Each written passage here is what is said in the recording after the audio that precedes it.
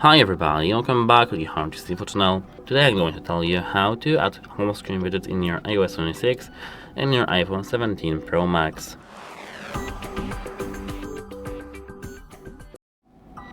At first, hold your finger in the background of your home screen and here tap this edit in your top left corner over here. Now tap Add Widget.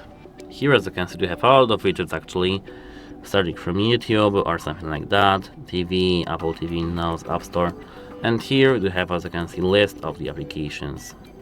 For example, let me search for the batteries, tap that, and now you can select the preferred battery widget, tap Add Widget, and it's over here.